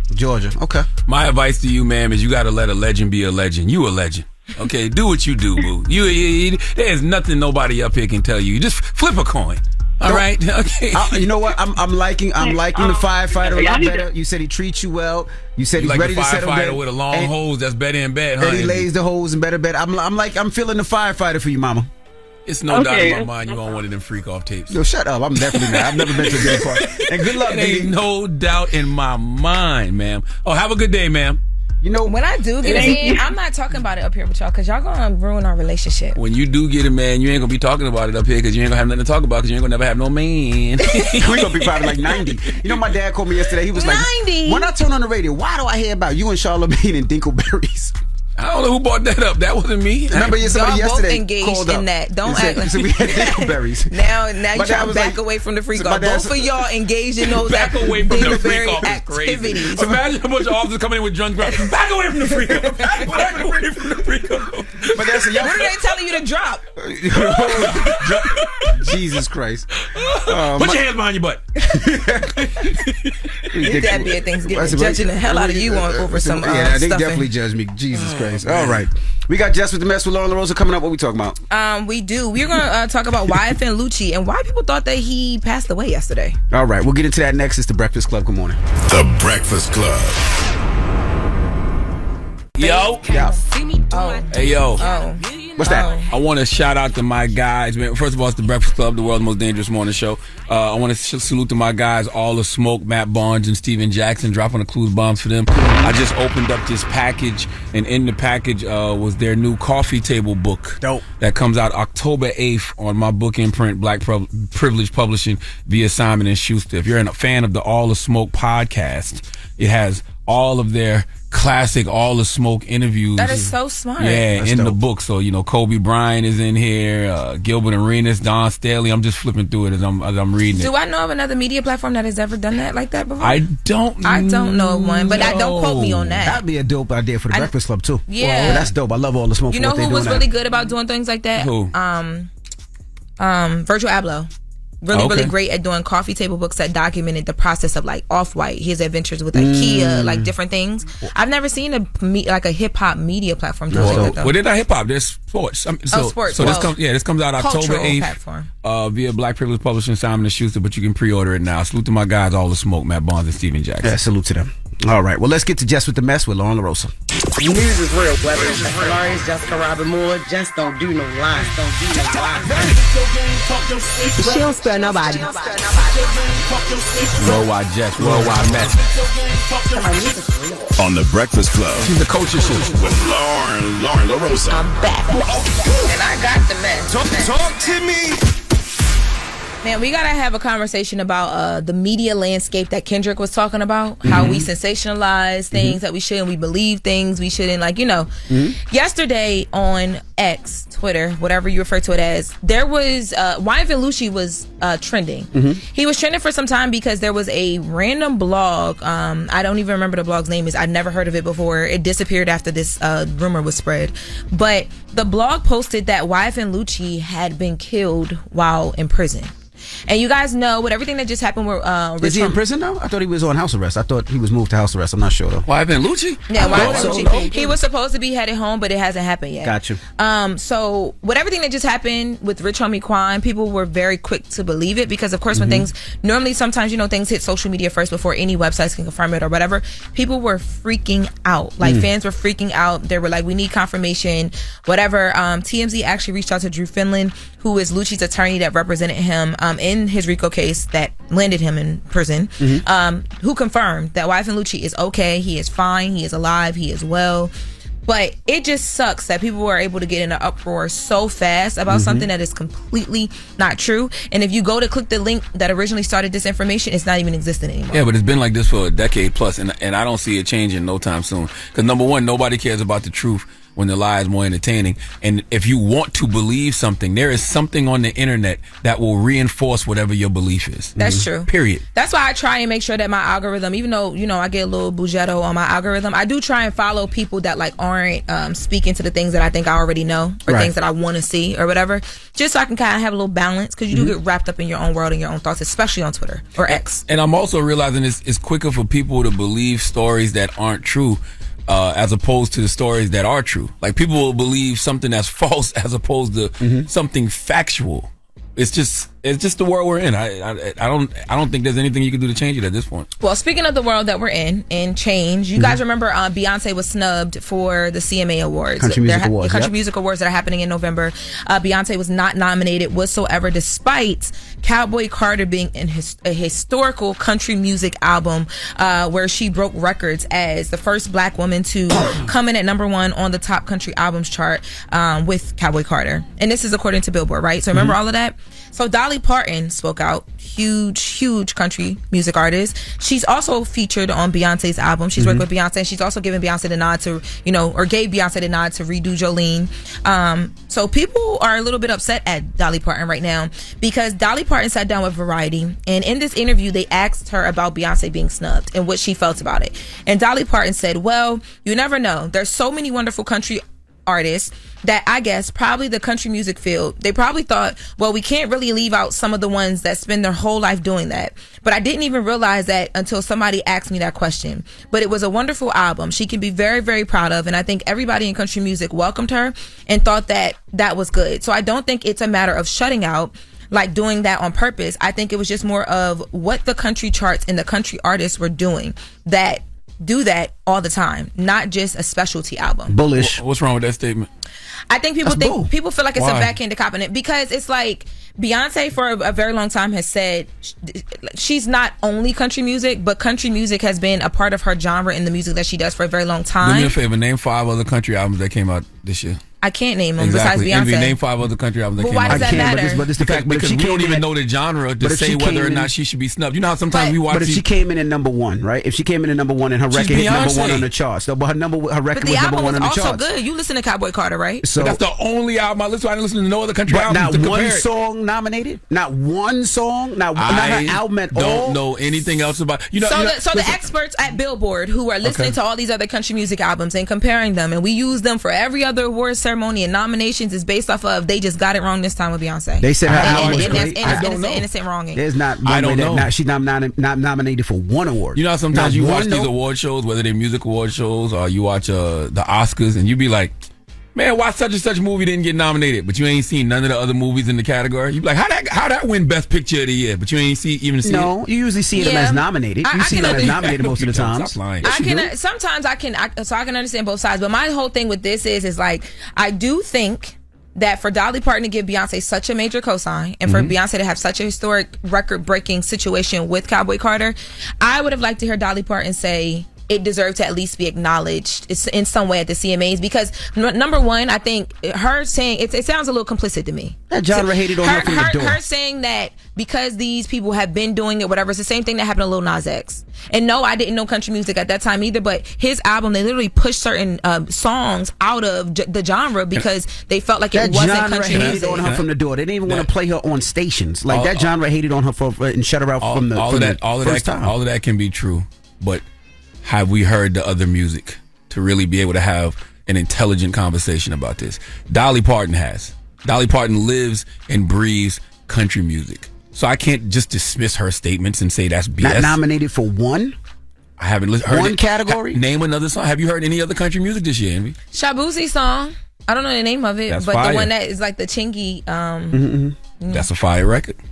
That's all I know. But I know him because he's black and because he was on Beyonce album. But all I'm saying is the same way that we can get mad at the Grammys. Name any other country. You can't name a lot of the people that be in the Oscars and the That's Grammys my all the point, time, but you Lauren. still get upset when certain things don't. But that's stupid, and I've already come to terms with myself that that's dumb. If her album was great, if it was #1 on the charts, if it was #1 when it came out, it at least should be nominated. Not if it really. did so great. Yes. I don't know that. I don't know what to compare it to. I just think that it would have been nice to hear Dolly Parton say, I believe she at least deserves some sort of recognition. Nobody saying a win, but a nomination? You know why y'all get mad? Because y'all be having expectations of people, and you want Dolly to say what you want her to say. She said what she said. And it's a very informed opinion because she knows more about country music than all of us. So as long as we keep accepting those type of things, it's going to be okay. She didn't say those other artists were better. She said artists been doing it longer. She didn't say they were better. She didn't say their music was better. She didn't say their albums were better. She said in that statement that there's been artists that's been doing it a longer time. But that's one part of the statement she said. But those she awards, said more than just that. But the awards should be based off of when that artist put it out in that year. And if her album, I haven't heard any of the other music this year to compare it to, so I don't know if she got snubbed or not. Well, that's just the reality of the situation. Moving on to other people that got snubbed, Drewski and Ruby Rose. So, it's we gotta wrap it up. You can knock it out. You can do that. No, you already started again. First of all, we gotta wrap it up. Go ahead. Okay, we're good to go. I had to take it from You behind believe you. me? I No, told I you did we was not. good. No, y'all be getting me in trouble. So, Drewski and Ruby Rose, y'all know that they were dating. People thought it was like weird. Like, how the heck did these two link up? They had the videos kissing in Miami on the boat, and they was like kissing.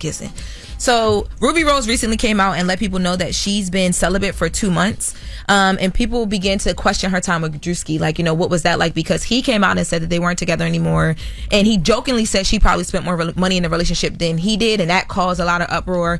So people wanted to hear from Ruby Rose on it, and following this, she revealed that their whole situation, according to her, was a publicity stunt that Drewski fully sponsored. So now you want to tell her she capped too? No, the relationship was capped. Oh. How you gonna tell her the relationship was capped? Like she gonna hang out with Dolly Parton? Yeah, that's the relationship was capped. Well, and then Ruby Rose followed up with some tweets. She said, and for the record, she never slept with that man, talking about Drewski. He paid for PR, not the P word, talking about her private part. Yep. She said, I only give it up if I'm in love. I don't care how much money he got. I'm rich. He is funny and nice though. Actually, she tweeted these first, and then she followed up with the video saying it was a publicity stunt, because people were like, wait, so you rich, but you took money for a publicity stunt to date somebody. Make it make sense. I don't know. This is all a little weird to me, because when I saw the videos, I was convinced, because they were like, did you see them kissing? I still thought it was. They both. I want to know how much money she got for that. He's a comedian. I didn't believe it. Did you see that tongue kiss? I want to know how much money she got for that tongue kiss, because that was very involved. How much did you charge for a tongue kiss? I'm not doing that. That was very involved. I thought that they were just really together and having a good time, and I'm like, he's funny. He's doing well in life right now. This is the internet. I don't believe it. I don't believe anything. Well, the people have been dragging her online because they don't understand how one can go with the other. How you got money, you don't need nobody to pay for nothing. You basically trying to play them, but you were down for the publicity stunt. Don't believe anything you see online, yo. That's the moral of the story. There you go. But really, nobody does. People just like. So I said, when you post you and Morris Chestnut. Yo, I definitely don't believe that. Don't believe anything you say online, y'all. By the way, y'all. Lauren, that was the worst example you could bring up. Why was it? Because I'm clearly not Morris Chestnut. No, we know you're not him. Only you thought but no, that. I think I look like him. Yeah. That's a goddamn lie. That's just you me. see how you tried to insert that he is Morris? No one ever thought that. That wasn't what was in question. And nobody thinks I don't she even know looks what like y'all talking about. You told Sarah Huckabee to remain humble, right? I don't even know what y'all talking about. That is Jess with the Mess with Lauren LaRosa. All right, the People's Choice Mix is up next. It's the Breakfast Club. Good morning. The Breakfast Club. Your mornings will never be the same. Morning, everybody. It's DJ Envy, Jess Hilarious, Charlamagne the Guy. We are the Breakfast Club. Lauren LaRosa filling in for Jess. We got to salute Babyface Ray for joining us today. Salute to Babyface Ray. He's got the new album, The Kid Who Did, man. I like everything that young brother is doing. Salute to him on the new label, too, the Wavy Gang Entertainment. All right, and also salute to everybody headed to Vegas for the iHeartRadio Festival. Artists like Victoria Monet, Big Sean, ASAP Rocky. Shabuzi is performing this weekend, so if you're headed out there, please be safe, guys. What? Man, salute to Trav. Trav just sent Taylor a picture of some baby oil and some lube, and the text says, I'm thinking to myself, you know how much 1,000 bottles of baby oil is? Like, I've had these 2 bottles going on 7 years and still ain't done. Is that lube? And bitch, I be greasing cheeks. I know that when he said, and bitch, he's serious. Jesus. Oh my God.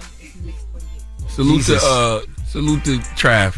Salute to Trav. And listen, I want to tell y'all too, man, make sure you go register for the my 4th annual Mental Wealth Expo, which is happening on October the 12th at the Marriott Marquis in Times Square from 11 a.m. to 4 p.m. Okay, we got some of your favorite psychiatrists and therapists. Some of the best psychiatrists and therapists will be there, like Dr. Rita Walker, Dr. Alfie Breland Noble, my man Elliot Connie, my good brother Dr. Jay Barnett. And it is a free event. It is open to all ages, and it is free. All you got to do is go to mentalwealthexpo.com to register to be there. All right, when we come back, positive note, it's the Breakfast Club. Good morning. Morning, everybody. It's DJ Envy, Jess Hilarious, Charlamagne the Guy. We are the Breakfast Club. Lauren LaRosa filling in for Jess. Now, Charlamagne, you got a positive note? I do. I also want to salute everybody, man, who went out yesterday and purchased a copy of my new graphic novel, Illuminati. Okay, I told y'all that this may or may not be based on a true story, okay? You know, we put it up on Kickstarter and we reached our goal yesterday, man. So thank you to everybody who's been ordering my new comic book, my new graphic novel. Salute to AWA Studios. If you want to go order a copy of Illuminati, if you want to go, you know, hear some of the industry secrets, if you want to know about fame having a price, then you go pick up my new comic book, my new graphic novel, Illuminati. You can go to Kickstarter and just type in ILLUMINATI, Illuminati, or Charlamagne, and order you a copy. Now, the positive note is simple. Make good choices today so you don't have regrets tomorrow. Breakfast Club, bitches! Y'all finished or y'all done?